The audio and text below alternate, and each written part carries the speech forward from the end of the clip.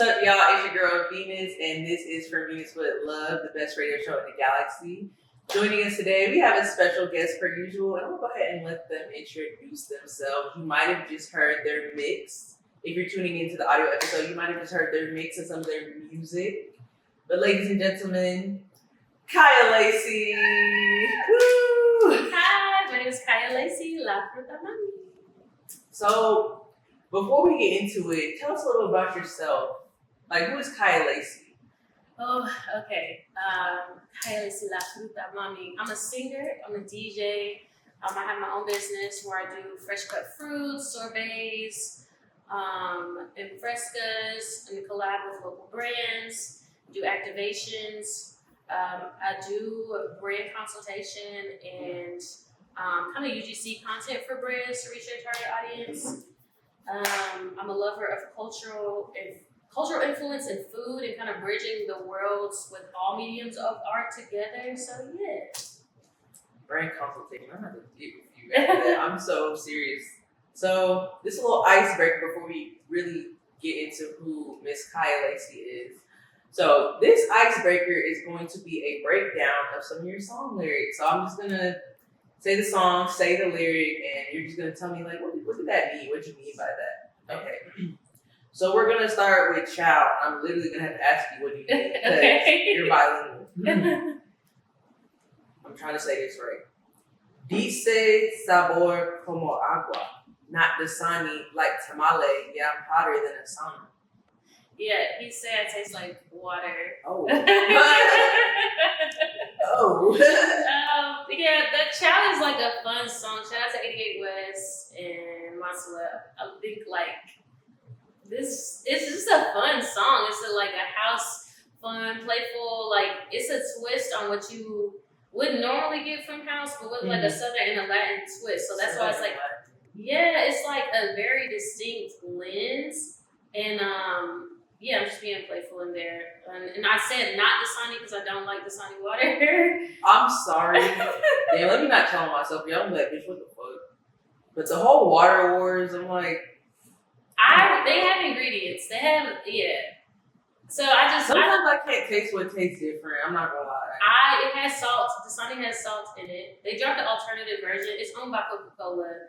I do a lot of research on stuff. It's the alternative to Dasani? There's like one that doesn't have the sulfates and the sodium in it, but you ever notice that you feel a little more thirsty after you drink it? And so that you buy another one. I don't even drink Dasani, so maybe that's why I don't know like the difference. But I be drinking, what's it called? Bro, just the Publix brand. I don't know, child. Yeah, spring water. Purified water is good. Pour water. Cut shit. Okay, I be drinking pour water. Okay, so this one is from Given. It's a little on the darker side. It is, yeah. That's what I'm like, what did you mean by that? What's going on? There's not much hope left in me. I've crumbled at the height of my prime. Yeah. Lessons come so quickly. Regret never tasted so fine. Like, well, where was we at? I was depressed. Given is literally about depression. It's so funny now being an actual adult. I wrote that, I think I was maybe 20, 21, and I thought that was the prime. Like I thought that because I've been doing music since I was 15, so I really thought like by 21 I'm supposed to be Beyonce. Like I really thought that I had arrived, and so I was just talking about where I was mentally, physically, financially, and I'm like I've crumbled at the height of my prime. I thought 21. You're told like when you're a woman, that's when you're supposed to be. That's your 20s is your prime. And I'm like, I'm crumbling. I'm literally devastated. And I said regret never tasted so fine to kind of twist it because at the time, like I was on my Cranes in the Sky era. I tried to drink it away, smoke it, sex it away. It's like I was just wild, and then like regret tasted so fine. Like it was fun to just be out partying, drunk, being obnoxious. It's like I was just talking about what I was going through at that time, and I was really giving in to dark thoughts. And I just kind of, instead of actually doing it, I made a song about it. But it was just a very vulnerable, honest place I was in. Okay, last one. It's from Chet. If you're gonna talk, cut the check, put some ice on my neck. If you got it, spark it, make it breathe, make it wet. So tell us a little about what this means, the song in general. Man, okay, so it's like a play on words. It's kind of, I know it gives a little sexual, but I'm really just talking cash. Because it's like, I feel like a lot of times, like the things that held me back in my career from really like kind of crossing, and I'm still trying to push the boundary to cross over into my dream life, but like really doubting myself and like letting people just tell me anything and believe in everything. Yeah. Like I'm from Tennessee, so it's like I was very naive, moving to Georgia and just like trying to, I thought everybody had my pure good intentions, and that's not the truth. And even when it comes to let's work, let's collab, if you're gonna talk, cut the shit, put some ice on my neck, and that means just me, like my rate is my rate, and it's gonna be a price, but it's like I know what I deserve now, so that's why I'm getting the new things that I'm getting. It's just like I started holding myself to a higher standard, and it's like, yeah. Okay, so that was the icebreaker, y'all. So we're just gonna get into it today. So I wanted to get a little bit more into your background. You're from Nashville, which is like the hub of music. But when I think of Nashville music, I think like rock and roll, blues, and country. So how did you end up making like dance, R&B type music? I actually started in country music. Shout out to Mr. Myrie and Mr. Croker. My first album was two of my high school teachers, and my mom was my manager at the time. It was very jazz, country, and blues, soul influence, like a kind of mixture of all of those sounds. And I love Dolly Parton. Jolene used to be one of my favorite songs to sing, like when I would do like open mics and stuff. But I knew I was a Tumblr girl, so shout out to the Tumblr girls. It really introduced me to like FK Twigs, Arca, Mike D, The Weeknd. I started like seeing. I became alternative through an internet lens because I didn't really have those influences in the culture of Nashville. Yeah, and so and I was like, I resonate with this style. I resonate with the way that they dress. I remember seeing Afropunk early on in high school. Like, what is this? There's other alternative Black people like me, so. I feel like through just like seeing stuff on the internet, I started like experimenting with my sound. It definitely caused issues and conflict within like my mom managing me, and like even with me being in school. I ended up dropping out and moving to Atlanta to really like get into it. And my first show here was Afropunk Battle of the Bands. Wow, what was that? It was crazy. I didn't win, and it was because I didn't have the general vote, but I knew 2 people in the audience, or maybe 4, including my mom.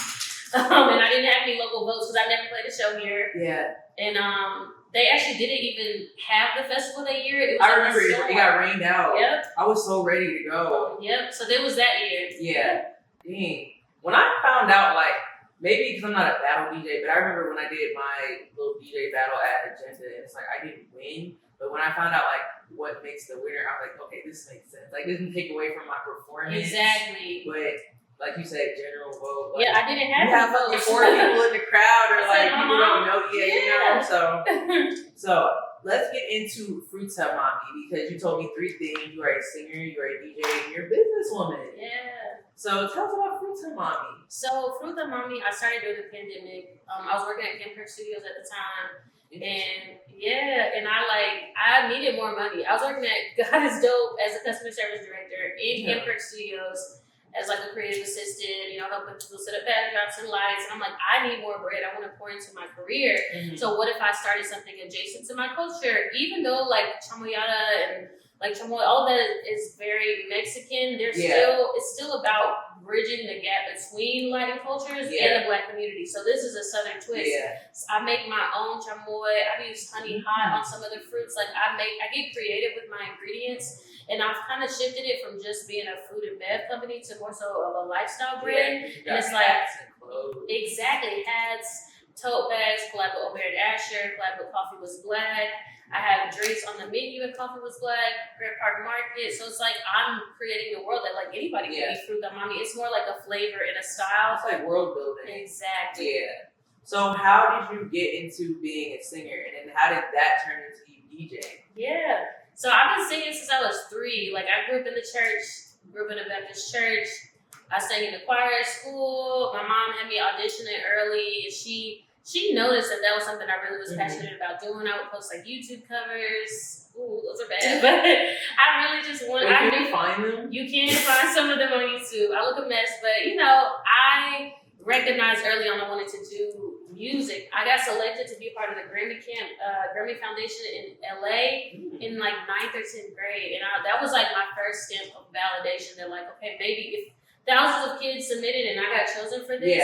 And maybe, I'm like, maybe that this could really become something. And so my mom had me doing like local open mics and gigs and shows around town. I won a radio competition in Nashville, and my first live show in like a big venue, I opened for Brandy. So that was my, So it was like, that was my second step of like, okay, I really can do this. And I just kept releasing my own music. I always was into having a product or building a world around or era around my releases, and I used to do that through my hair. And so now I have, the blue was definitely an era of me being more dark and grown.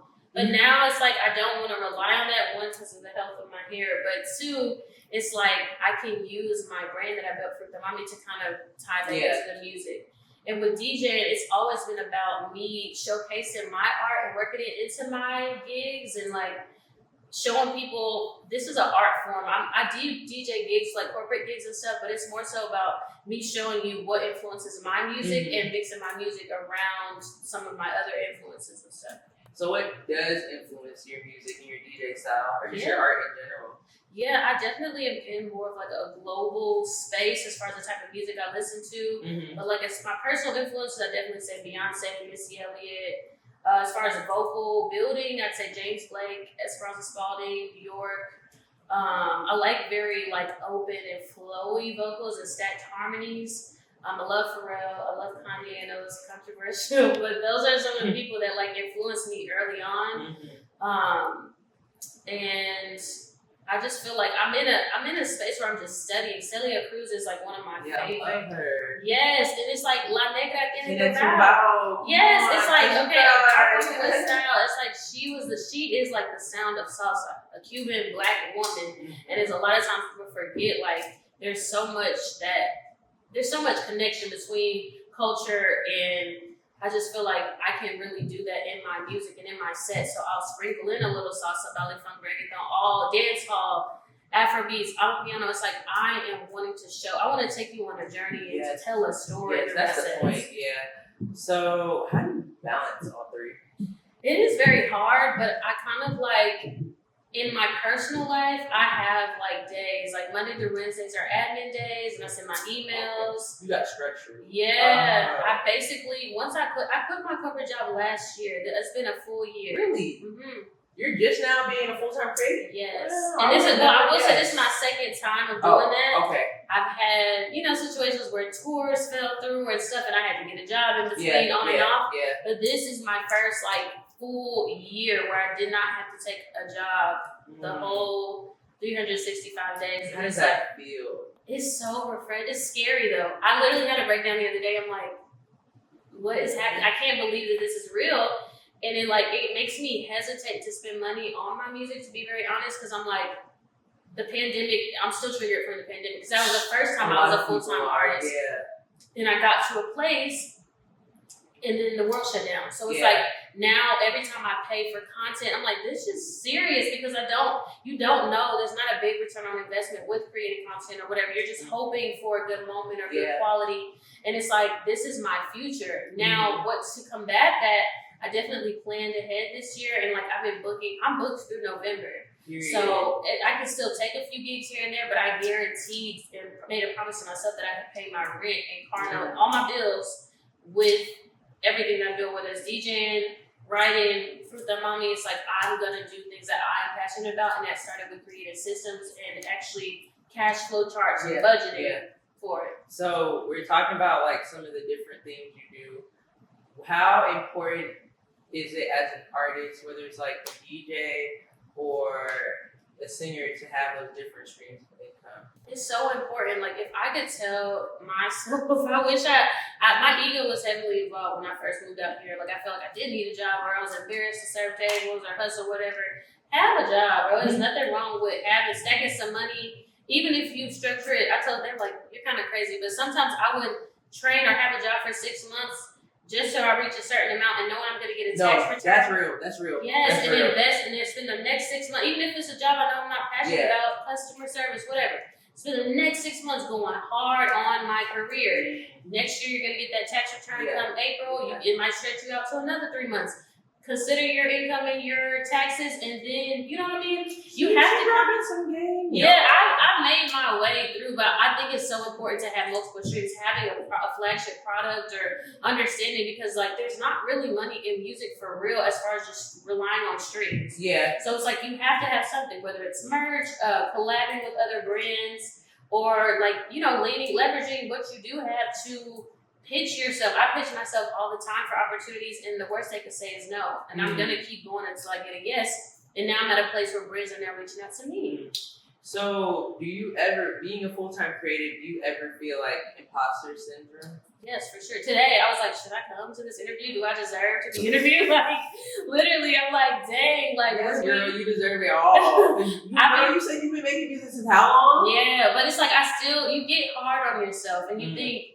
I think we're in an interesting time in music and for artists and DJs where it's not just, you're this popping person or you're nothing. There's levels to this. Yeah. I'm just, for a long time, my dream was just wanting to be able to pay my bills, and I have accomplished that. So technically, to me, I am successful. Now, do I want more things and I want to, travel the world and continue to do this? Yeah. Yes, but it's like, still show up for yourself for who you are now. Because myself a year ago would have begged for this position, That's a good point. And a lot of people can't even pay their bills off of like, you know what I'm saying, their talent and their passions, like full time. So speaking of being a DJ, we're just gonna switch gears. Yeah. What makes a good DJ? Yeah. I feel like a DJ, and I want you to answer this too. I'm about to turn the camera. I love it. Finally, someone's interacting. I'm about to ask you a question. Okay. No, because you are so fire to me. I really think DJs. There's a lot of DJs in Atlanta, in the city, and even in Nashville too. Like that's my hometown. So I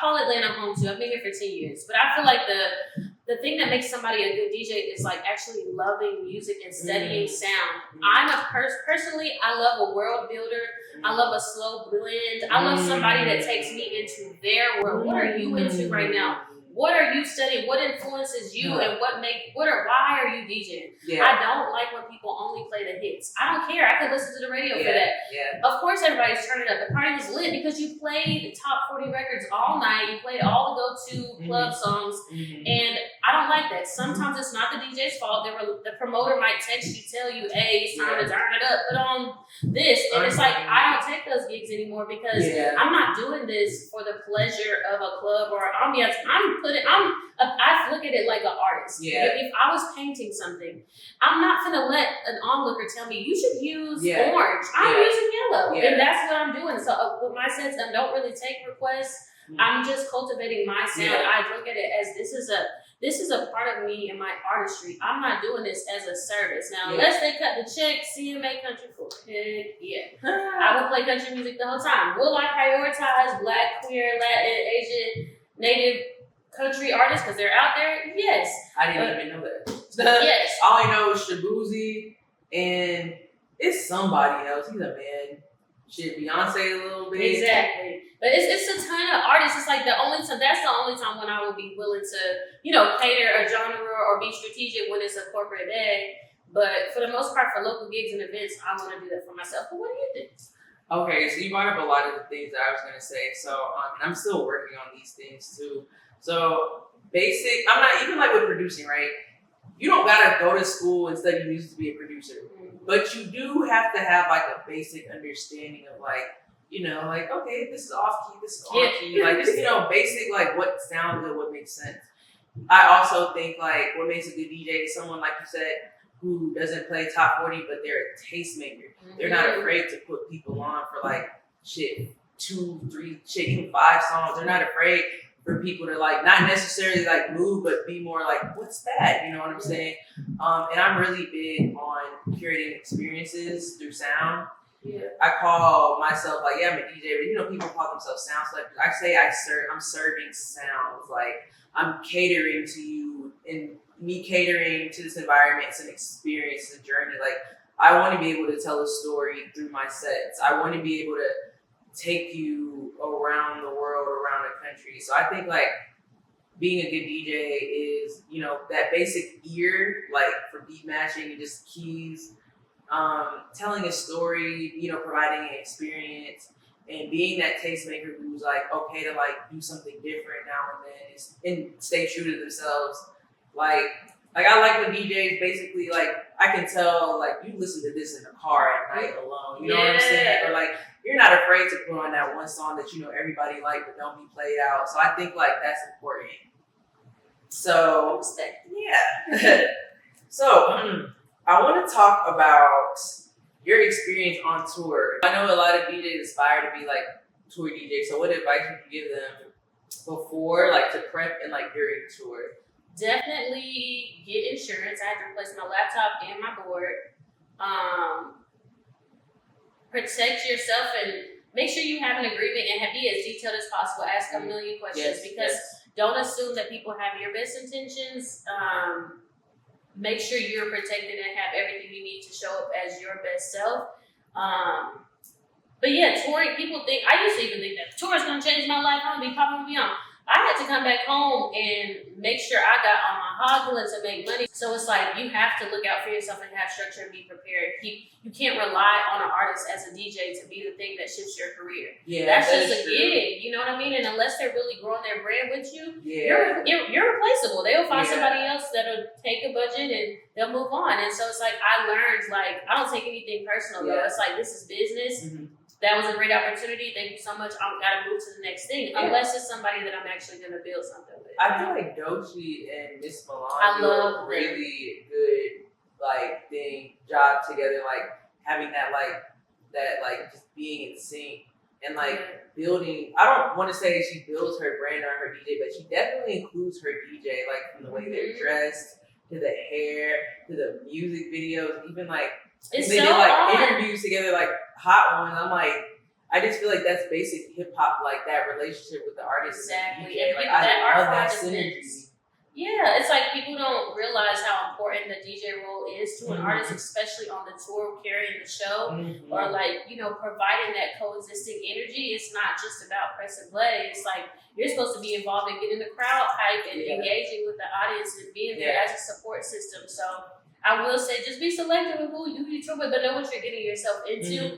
And it is hard to be away from home and your routine. I dealt with depression a little bit, even on the road, because it's like, I'm a structured person and I like having my set days and like having my morning smoothie or like just doing normal stuff. And it's like, it's so fast paced. Take a shower, get in the car, keep it moving. And it's like, you're going to have to be okay with being uncomfortable a little bit on the road. Yeah. So, in the DJ scene, what is something that nobody really talks about that you feel like needs more attention brought to it? I would say club pay locally. I would say club pay locally. I would say Atlanta. I don't know. It's not every club, but depending on how they respect you and what level they see you at determines the rate. And it's like, at a club where y'all selling $1,000 sections and $800 bottles, $2,000 this, the DJ at bare minimum should be walking away with some good bread. And they be out here trying to pay $200-$300, and it's like the DJs was carrying the vibe of the party.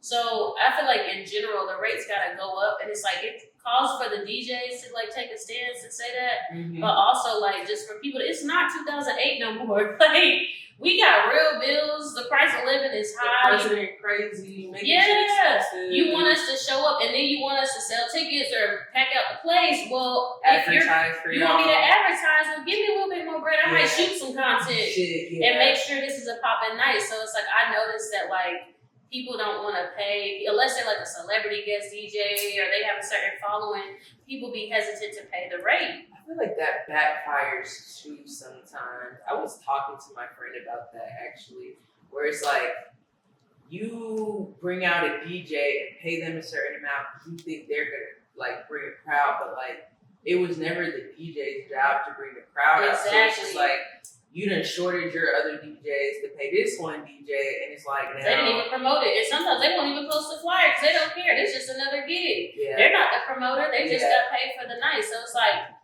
It goes down to back to like communication and knowing what your obligations are. And a lot of times people be assuming, if you're the DJ, well, you need to be posting and you need to be doing this. I put that in my agreements now too. This how many times I'm willing to, for this rate, you get this many story posts and this. And now, if you want to pay sometimes I'll say decline a gig, or sometimes I'll accept it because it's like, okay, that's cute.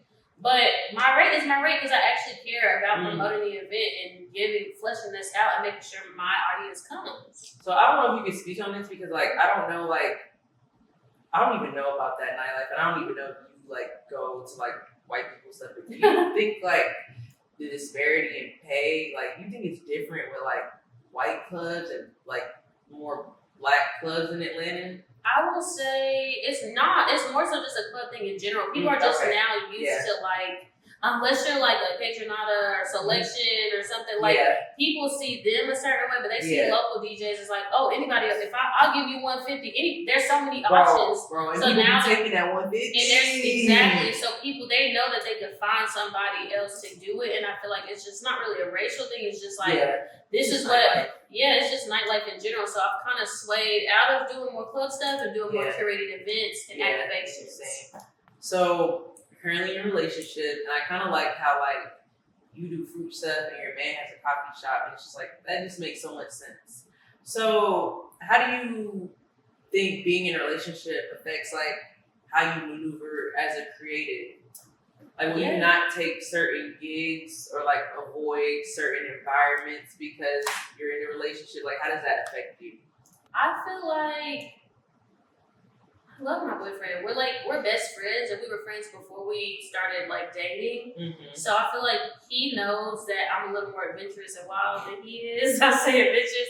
Wait, what's your sign? I'm a Gemini, so is he. Our birthdays are 3 days apart. Okay. But he is a lot more reserved in certain areas, and so it was a learning curve. Like, we're in year 3, so it's like I used to get sad. Oh, he doesn't want to come to this party. He doesn't want to come to this.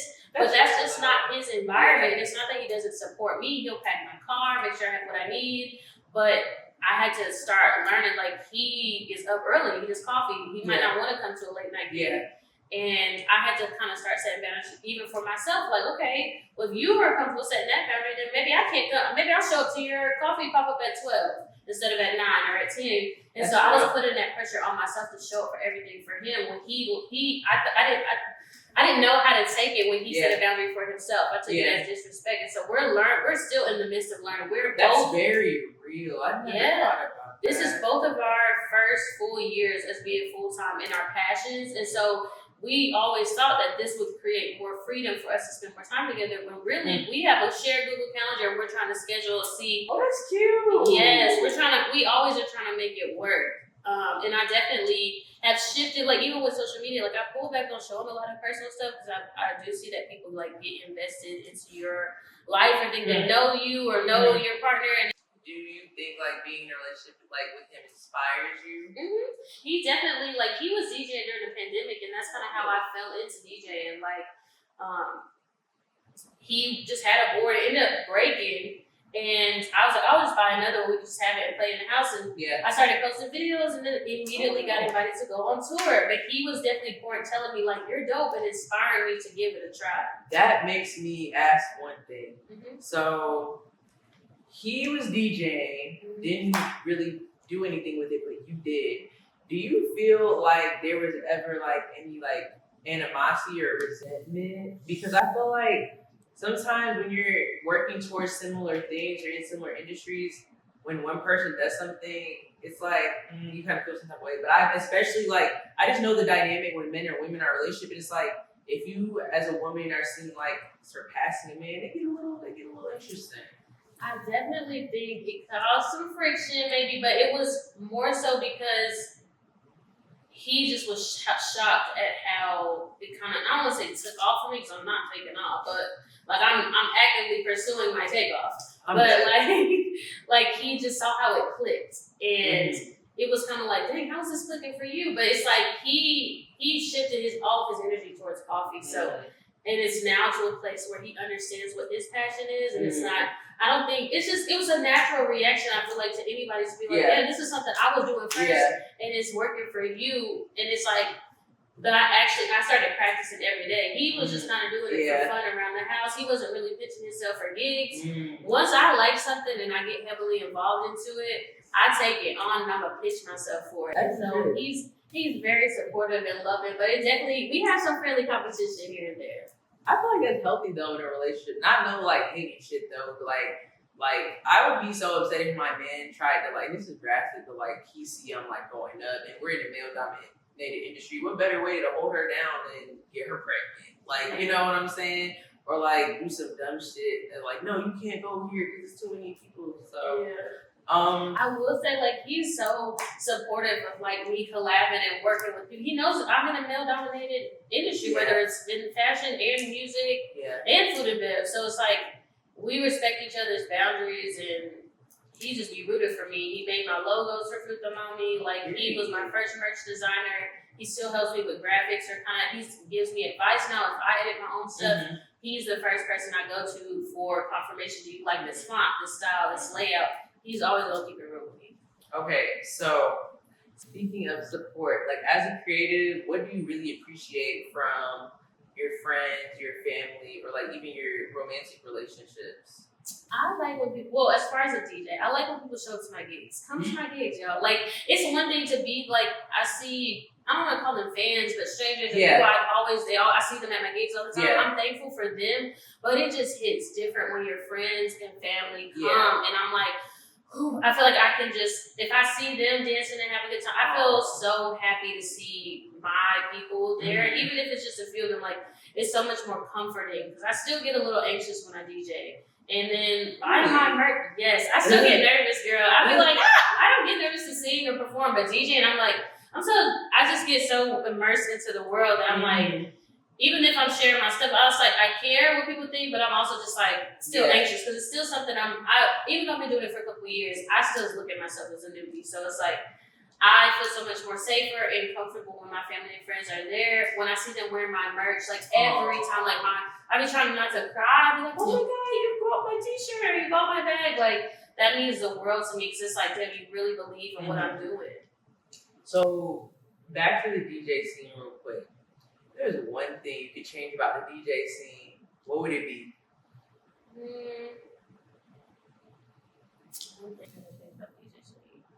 I would say